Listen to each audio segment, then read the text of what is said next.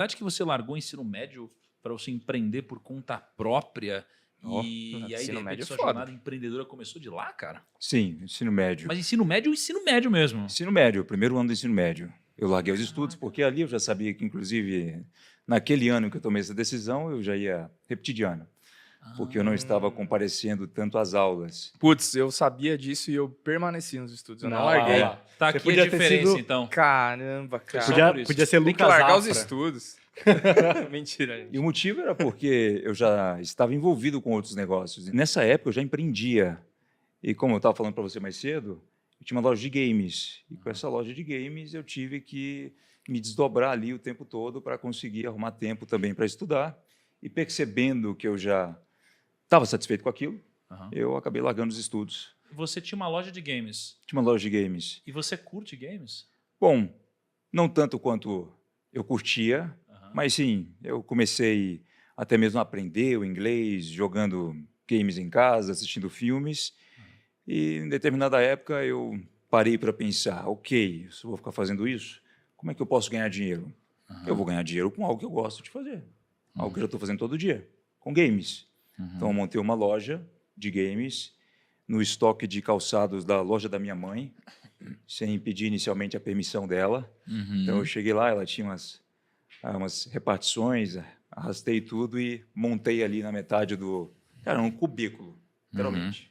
Quase o tamanho da mesa aqui, tá muito pequeno. Uhum. E ali eu já comecei a empreender para diversas outras pessoas. Os amigos da escola me convidavam para poder formatar o computador que eles tinham na casa deles. Ia fazendo esse tipo de coisa.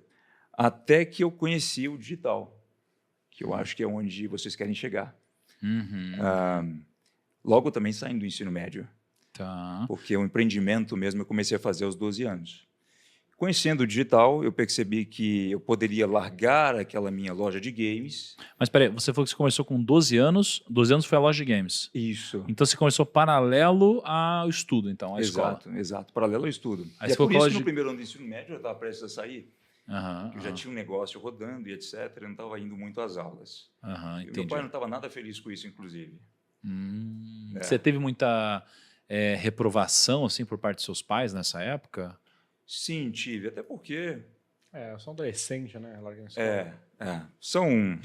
são da velha guarda, né? Eles Sim. sempre queriam proteger e etc. E ficavam bastante preocupados. O meu pai, então, mais preocupado ainda do que a minha mãe, por exemplo, com os estudos, porque ele percebeu que na vida ele perdeu uma grande chance se ele tivesse continuado os estudos e etc. Então, aquilo ele tentou passar para mim a todo custo. Então, sempre foi muito focado nessa parte. Quando eu tive que tomar essa decisão, foi bem difícil para ele e para minha mãe, inclusive. Como que foi, cara, nesse dia que você tomou uma decisão? Assim? O que foi? Porque essa decisão ela, geralmente nunca é tomada imediatamente, ela vai sendo construída, né, na sua cabeça, até o momento que, de alguma forma, você toma coragem ou acontece algum evento que você toma a decisão naquele momento, né? O que foi o gatilho que te fez tomar essa decisão e como que foi esse momento de se desprender de algo que faz parte do padrão da sociedade e que, com certeza, fez parte do motivo que te fez chegar até aqui. E tem muitas pessoas que, às vezes, não têm coragem de fazer isso e continuam ali naquela cadeia produtiva de estudar, depois virar um empregado e seguir aquele fluxo, até que chega no final da vida, depende da aposentadoria do governo. Tudo, às vezes, porque não teve a coragem que você teve lá. De onde que veio isso? Qual que foi o gatilhozinho? Então, tiveram vários gatilhos. As pessoas sempre me perguntam, mas eu não tenho um dia específico que eu recebi um estalo e falei, vou fazer. É o acúmulo de várias e pequenas coisas que vão acontecendo no decorrer da vida. Eu me questionava muito com relação ao caminho que eu ia percorrer. Então, ok, eu estou estudando, eu não sei o que eu quero fazer, eu vou descobrir, como todas as pessoas aqui ainda vão, depois eu vou para uma faculdade, quanto eu vou ganhar? Quanto tempo vou trabalhar? Como será a minha vida? Como eu estarei aos 30 anos? Eram perguntas que eu já me fazia antes dos 17, 18 anos. E, de certo modo, eu percebia que, aparentemente, eu era a única pessoa que questionava aquilo. Se você me perguntasse, na época, o que eu gostaria de ser ou fazer, seria ganhar dinheiro. Aí eu teria mais liberdade para tomar as minhas próprias decisões. E eu parei para pensar, mas ok, eu vou aprender a ganhar dinheiro? Quem pode me ensinar isso numa faculdade? E se a pessoa vai estar numa faculdade me ensinando isso, como é o estilo de vida dela? Já observando aquilo, eu percebia que não iria condizer com o suposto mentor que eu realmente gostaria de adquirir para chegar nesse objetivo. Então, foram acúmulos de diversas coisas. Eu sempre fui mais independente, e eu dou crédito a isso graças aos meus pais, que nunca fizeram questão de me dar sempre o que eu pedia nas mãos e etc. Eles são bem trabalhadores, então incentivavam ali o Tiago, né, do passado, a procurar e perseguir suas próprias coisas. Mas, ao mesmo tempo, faça os estudos, termine. Mas isso me ajudou, de certa forma, porque quando eu tentava conseguir alguma coisa que eu queria, eu desejava, seja um bem material, seja, enfim, qualquer tipo de experiência na época, eu sempre percebia o quão limitado eu estava com relação ao dinheiro, sobre esse assunto.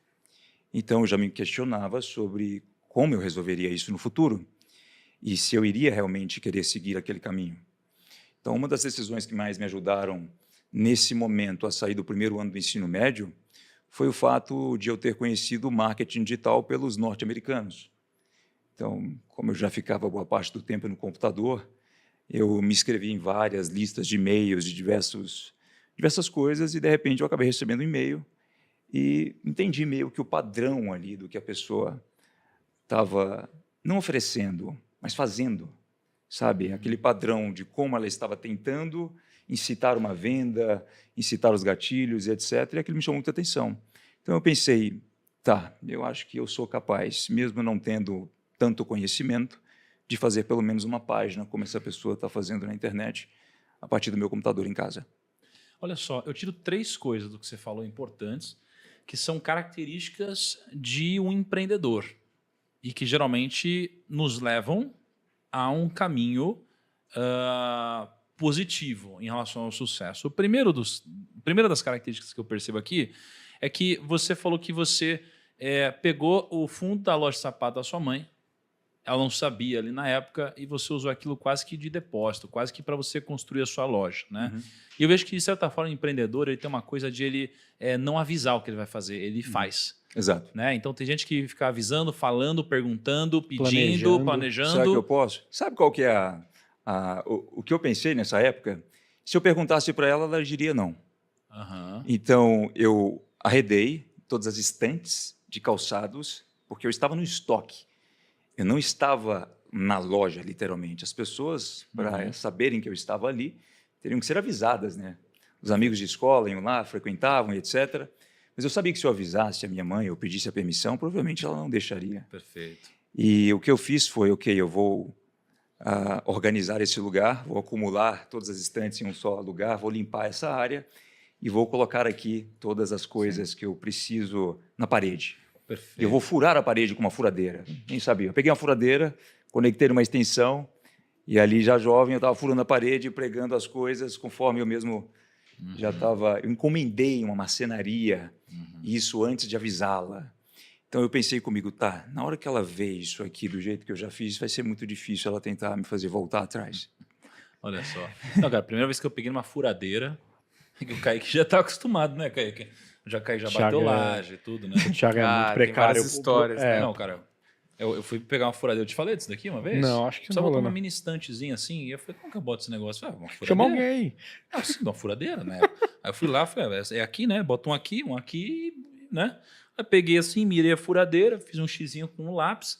No que eu apertei o botão, cara, fez assim, ó. Aí, cara, a parede rasgou. Eu falei, acho que eu não sei fazer esse negócio direito. Era difícil, Cara, né? eu não tenho o mínimo skill também com essas coisas, cara. Eu sou Ah, eu muito já- ruim. Não, Eu já velho, consigo, nisso. já Eu consigo. troco uma lâmpada e eu já falo, caramba, cara. Sou o Também. Superman, né? Vamos a obra aqui. E aí, Entendeu? olha só, isso que a gente falou de a gente não avisar, a gente fazer, o empreendedor tem esse senso de rebeldia um pouco maior, né? Um pouco de rebeldia em relação ao quão linear é o sistema, o quão previsível é o sistema, onde todas as pessoas elas se encaminham quase como se fosse um rio levando um tronco, de alguma forma. Então, o empreendedor tem esse senso de rebeldia de alguma forma que você mostra. A outra coisa é que você fez o que, para mim, é o primeiro passo na libertação do empreendedor, você falou o seguinte, ó, eu questionava aquilo de como que eu iria fazer, eu ia ganhar dinheiro se eu fizesse isso? Você se questionou.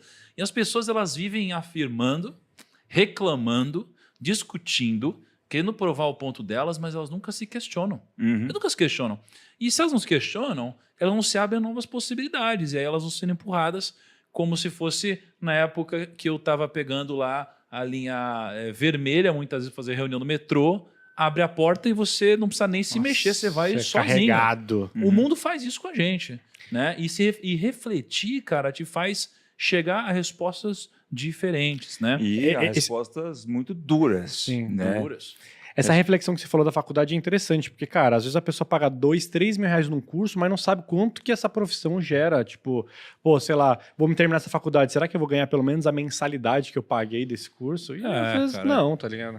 E aí, acho que a terceira coisa que eu tiro aqui é o seguinte: você falou, eu conheci o marketing digital ali pelos norte-americanos, não é? No final das contas, você poderia ter conhecido pelos brasileiros, pelos norte-americanos, talvez daria para ter tido o mesmo resultado.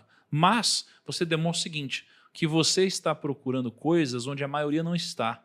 Né? E se você procura coisas onde a maioria não está procurando, você tem referências diferentes, e aí você se torna mais raro, mais escasso, mais diferente. Logo, você tem um valor diferente. Você não é tão parecido quanto os outros. Né? E eu vejo que os empreendedores, eles, geralmente, os mais bem-sucedidos, eles são diferentes. Eles não são todo mundo parecido. As pessoas não se vestem iguais, pensam iguais, falam iguais. Eles têm sempre uma coisa diferente. E sempre que eu converso com um empreendedor que tem algum grande resultado, eu vejo que tem alguma característica que eu falo, nossa, isso aqui é diferente. Porque eles pensam diferente. E para você agir diferente, você tem que colocar referências diferentes na sua cabeça. Exato. Você procura coisas em lugares diferentes. Exato. E aí você tem muito resultado, pelo que eu entendi, no marketing digital. Sim. Né? E dentro do marketing digital, eu queria entender o seguinte, qual que é a sua especialidade dentro do marketing digital, digamos assim, ou dentro do marketing de uma forma geral? E o que você vende de uma forma mais específica dentro do marketing? Legal. Então, eu diria que, bom, não dá para ser bom em tudo. No digital nós temos várias vertentes, diversos cargos. Quando eu comecei, eu tive a obrigação de, para fazer o meu primeiro produto funcionar, ter que acabar tocando em praticamente todas as áreas existentes do digital. Então, eu fui do financeiro, a copywriter, a pessoa que editava o vídeo, uma aula, por exemplo. Acabei fazendo tudo isso. E depois eu fui identificando no que eu mais me considerava ser bom. E eu percebi que era em funis de vendas e branding, que envolve marketing e estratégias. É mais essa parte principal. Então, a definir a proposta de um produto, a entender e ser extremamente sensitivo ao público que está lá do outro lado, a separar o que eu acho do que possíveis 230 milhões de pessoas podem achar. Então, eu sempre tive um tato para esse tipo de coisa. O que eu vendo? Bom, depende muito dentro do digital para o quanto a pessoa me conhece. Quem talvez esteja me conhecendo agora pelo podcast vai imaginar que eu vendo lifestyle.